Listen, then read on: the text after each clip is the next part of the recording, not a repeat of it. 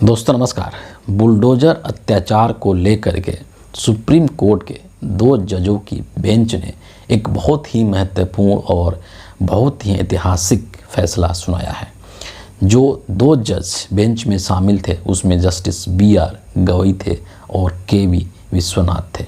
और इन्होंने जो दिशा निर्देश जो गाइडलाइंस जारी की है बुलडोजर एक्शन को लेकर के, वो बड़ा ही महत्वपूर्ण है और उसकी पूरे देश भर में एक तरीके से प्रशंसा की जा रही है। चंद गोदी मीडिया के लोगों को छोड़ दिया जाए, चंद मुट्ठी भर अगर मोदी और योगी के अंधभक्तों को छोड़ दिया जाए तो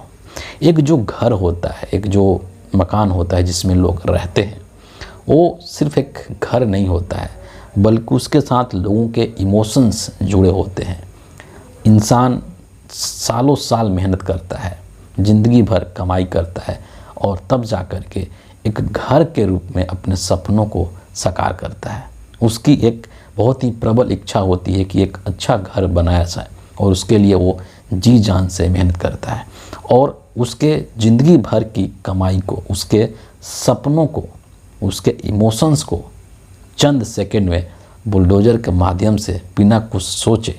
गिरा देना एक तरीके से उसकी ज़िंदगी को, उसके सपनों को कुचल देने के जैसा है। और इसीलिए सुप्रीम कोर्ट ने इस पर जो फैसला दिया है उसको बहुत ही ऐतिहासिक और बहुत ही महत्वपूर्ण माना जा रहा है। किसी भी व्यक्ति के ऊपर कोई आपराधिक आरोप है तो सिर्फ उसके ऊपर आपराधिक आरोप होने मात्र के कारण से अगर उसका आप घर गिरा देते हैं तो ये कहीं ना कहीं कानून के शासन के खिलाफ है। कानून इस चीज़ की इजाज़त नहीं देता है, क्योंकि कानून के अंदर एक पूरी प्रक्रिया है और बिना उस प्रक्रिया को फॉलो किए आप सीधे किसी का घर नहीं गिरा सकते हैं, बल्कि आपको कायदे से उस पूरी प्रक्रिया को फॉलो करना चाहिए। उसमें जो रूल्स हैं उसको आप पूरी तरीके से फॉलो कीजिए, उसके बाद आखिर में आप डिसीज़न लीजिए कि क्या करना है। अगर आप इस पूरी प्रक्रिया को अगर आप फॉलो नहीं करते हैं, उसका अनुसरण नहीं करते हैं, तो ये कानून के शासन के खिलाफ माना जाएगा। इतना ही नहीं है, ये जो बुलडोजर एक्शन है जिसको कि खास करके उत्तर प्रदेश के अंदर काफ़ी इसको फेमस किया गया, जो मुख्यमंत्री हैं योगी आदित्यनाथ, उनको बुलडोज़र बाबा के नाम से भी जाना गया और एक तरीके से उनकी पहचान जुड़ गई है। उसको भाजपाई जो हैं उसको बुलडोज़र न्याय तक कहना शुरू कर दिए थे, जो कि किसी भी तरीके से उचित नहीं है। कई बार ऐसा देखा गया कि योगी आदित्यनाथ के रैलियों में भी बुलडोज़र लेकर के लोग पहुंच गए, तो इसको एक न्याय के रूप में स्थापित करने की कोशिश की गई थी भाजपाइयों के द्वारा, जिसको कि सुप्रीम कोर्ट ने एक झटके में ध्वस्त कर दिया। इतना ही नहीं है, बल्कि अगर आप देखेंगे तो ये जो बुलडोजर एक्शन था योगी आदित्यनाथ के द्वारा, उत्तर प्रदेश में तो था ही, इसके अलावा जो भाजपा के तमाम जो शासित राज्य हैं वहाँ पर भी इसको प्रमोट किया जा रहा था, इसका बढ़ावा दिया जा रहा था। और इसमें ये जो है कानून में जो उल्लिखित प्रक्रिया है उसके खिलाफ तो है ही, इसके अलावा इसमें एक और चीज़ आपको देखने को मिलेगी। इसमें एक मनमानी है, इसमें एक सिलेक्टिव अप्रोच है, यानी कि भेदभाव पूर्ण तरीके से इस एक्शन को अंजाम दिया जाता रहा है। एक खास समुदाय को टारगेट करके या जो कमज़ोर हैं, जो दबे कुचले हैं, कहीं ना कहीं उनको प्रताड़ित करने के लिए इस तरीके का बुलडोजर एक्शंस का इस्तेमाल किया जा रहा था, न सिर्फ योगी आदित्यनाथ के द्वारा बल्कि BJP शासित अन्य राज्यों के अंदर भी। तो सुप्रीम कोर्ट ने इन तमाम चीज़ों को देखा, समझा, परखा और उसके बाद ये जो बुलडोजर एक्शन है इसको लेकर के कुछ गाइडलाइंस जो है वो जारी किए हैं। और ये जो गाइडलाइंस जारी किए हैं और एक तरीके से ये योगी आदित्यनाथ के ऊपर बहुत ही करारा प्रहार है, एक तमाचा है कहीं ना कहीं योगी आदित्यनाथ के माइंडसेट के ऊपर, उनकी जो मानसिकता जो बन गई थी, जो कि वो हिंदुस्तान के कानून व्यवस्था में बुलडोजर न्याय को स्थापित करने की कोशिश कर रहे थे। और इसीलिए जो ये गाइडलाइंस है इसको जानना और समझना बेहद ज़रूरी है। 5 पॉइंट्स में यहाँ पर ज़रूर आपसे डिस्कस करना चाहूँगा, और ये हर किसी को जानना चाहिए अगर आप हिंदुस्तान के नागरिक हैं। तो सबसे जो पहला चीज़ है, सबसे पहला जो चीज़ है वो नोटिस को लेकर के है। अगर मान लीजिए कोई अवैध निर्माण है ना, और आपको उस अवैध निर्माण को गिराना है या तोड़ना है, तो सबसे पहले उसका जो ऑनर है, उस संपत्ति का जो मालिक है, जो स्वामी है, उसको आप एक नोटिस भेजना होगा। आपको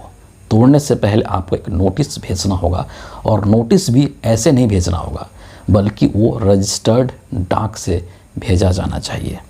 और नोटिस भेजने के बाद आपको उसको समय देना होगा, और उस नोटिस में आपको ये चीज़ बताना होगा कि आप किन किन कारणों के वजह से या किन किन आधार पर उनकी संपत्ति के ऊपर या उस अवैध निर्माण के ऊपर बुलडोज़र चलाना चाहते हैं, उसको आप गिराना चाहते हैं। ये चीज़ का उसमें प्रॉपर तरीके से उल्लेख होना चाहिए। इतना ही नहीं, सुप्रीम कोर्ट ने इस बात का भी ध्यान रखा कि कई बार हो सकता है कि सरकार अपनी गलत नीयत की वजह से बैक डेट में नोटिस जारी कर दे। तो इस चीज़ को सॉल्व करने के लिए, इसका निराकरण करने के लिए सुप्रीम कोर्ट ने ये कहा कि जब आप नोटिस जारी करते हैं, नोटिस रिलीज़ करते हैं, तो जो कलेक्टर ऑफिस है वहाँ पर भी उस नोटिस का सूचना भेजा जाना बहुत ज़रूरी है, ताकि ऑथेंटिसिटी बनी रहे कि फ़लाने डेट को नोटिस रिलीज़ किया गया है, और उसके बाद आपको इतने दिन का समय दिया जाएगा, 15 दिन या 20 दिन का, और फिर जो है उसके बाद में उसके आगे की कार्रवाई होगी। दूसरी चीज़ जो सुप्रीम कोर्ट ने कहा है कि जब आपने नोटिस भेज दिया है, तो जो पीड़ित व्यक्ति है या जिसके संपत्ति के ऊपर आप बुलडोज़र चलाना चाहते हैं, तो उसको भी एक प्रॉपर मौका मिलना चाहिए। उसके जो पॉइंट्स हैं, उसके जो पक्ष हैं, उससे भी सुना जाना ज़रूरी है। और जब ये बैठक होगी, जब ये सुनवाई होगी, तो उसका बाकायदे से रिकॉर्डिंग भी होना चाहिए। ये नहीं कि आप उसको ऐसे ही बोल करके और कुछ भी कर ले, नहीं, एक मतलब प्रूफ के तौर पर, एक प्रमाण के तौर पर कि बैठक हुई, दोनों पक्ष वहाँ पर थे, उनमें क्या क्या बातें हुई, उसका प्रमाण हो, इसीलिए उसकी रिकॉर्डिंग करना बेहद ज़रूरी है। और उसको सुप्रीम कोर्ट ने यहाँ पर जायज़ ठहराया है और उसका निर्देश दिया है। तीसरा जो पॉइंट है वो ये है कि अगर मान लीजिए कि आप आदेश जारी कर देते हैं, नोटिस सरकार भेज देती है कि आपका जो घर है या जो अवैध निर्माण है उसको हम लोग तोड़ेंगे, उसके लिए ये कारण है, तो जो पीड़ित व्यक्ति है उसको अपील करने के लिए पर्याप्त अवसर मिलना चाहिए, और उसकी न्यायिक जो समीक्षा है उसके लिए भी उसके पास पर्याप्त समय उसको दिया जाना चाहिए। इसके अलावा जो अगर मान लीजिए कि सब कुछ संपन्न हो गया और फाइनल ये होता है कि नहीं, जो अवैध निर्माण है उसको तोड़ना है, उसको गिराना है, तो वो जो प्रक्रिया है तोड़ने की, जब बुलडोज़र वहाँ पर चलेगा तो उसकी भी एक वीडियो रिकॉर्डिंग होना चाहिए। ऐसा सुप्रीम कोर्ट का दिशा निर्देश है। इतना ही नहीं है, सुप्रीम कोर्ट ने ये भी कहा है कि जो स्वामी है, जो मालिक है संपत्ति का, अगर मान लीजिए कि ये चीज़ प्रूफ हो जाता है, सब प्रक्रिया को फॉलो करते हुए चीज़ अंतिम ये डिसीजन आता है कि नहीं, ये जो है अवैध हिस्सा है, इसको गिराया जाना है, फिर भी उसको आप डायरेक्टली सरकार अपने प्रशासनिक अधिकारियों के द्वारा न गिरवा करके, बल्कि स्वामी को ही, जो मालिक है प्रॉपर्टी का, उसको ही ये कहा जाएगा कि आप 15 दिन के अंदर अंदर खुद से गिरा लें, खुद से इसको तोड़ लें।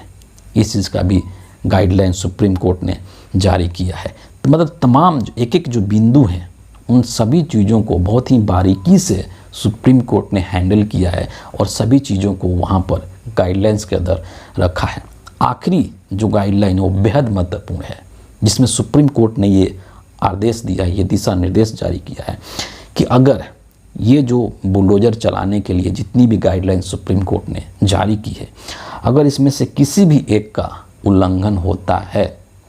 और उल्लंघन करने के पश्चात अगर किसी व्यक्ति का घर गिरा दिया जाता है,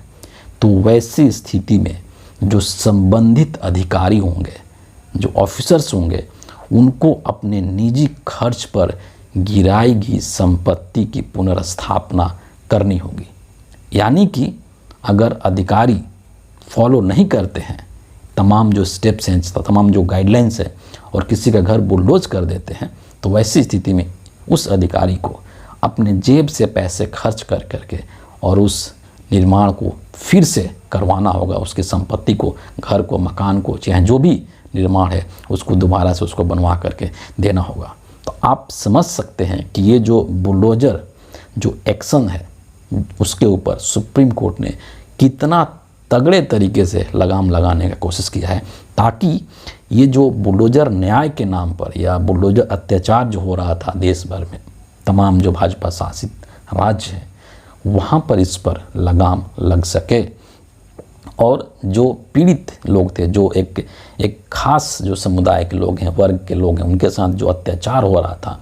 उसको भी रोका जा सके। और इसी मायने में सुप्रीम कोर्ट के इस दिशा निर्देश को, इस गाइडलाइंस को बहुत ही महत्वपूर्ण, बहुत ही ऐतिहासिक एक निर्णय, एक डिसीजन माना जा रहा है, जिसका कि तमाम लोगों ने स्वागत किया है, तमाम लोगों ने इस पर अपनी खुशी जाहिर की है। तो फिलहाल इस वीडियो के लिए इतना ही है। आप सभी का बहुत बहुत धन्यवाद।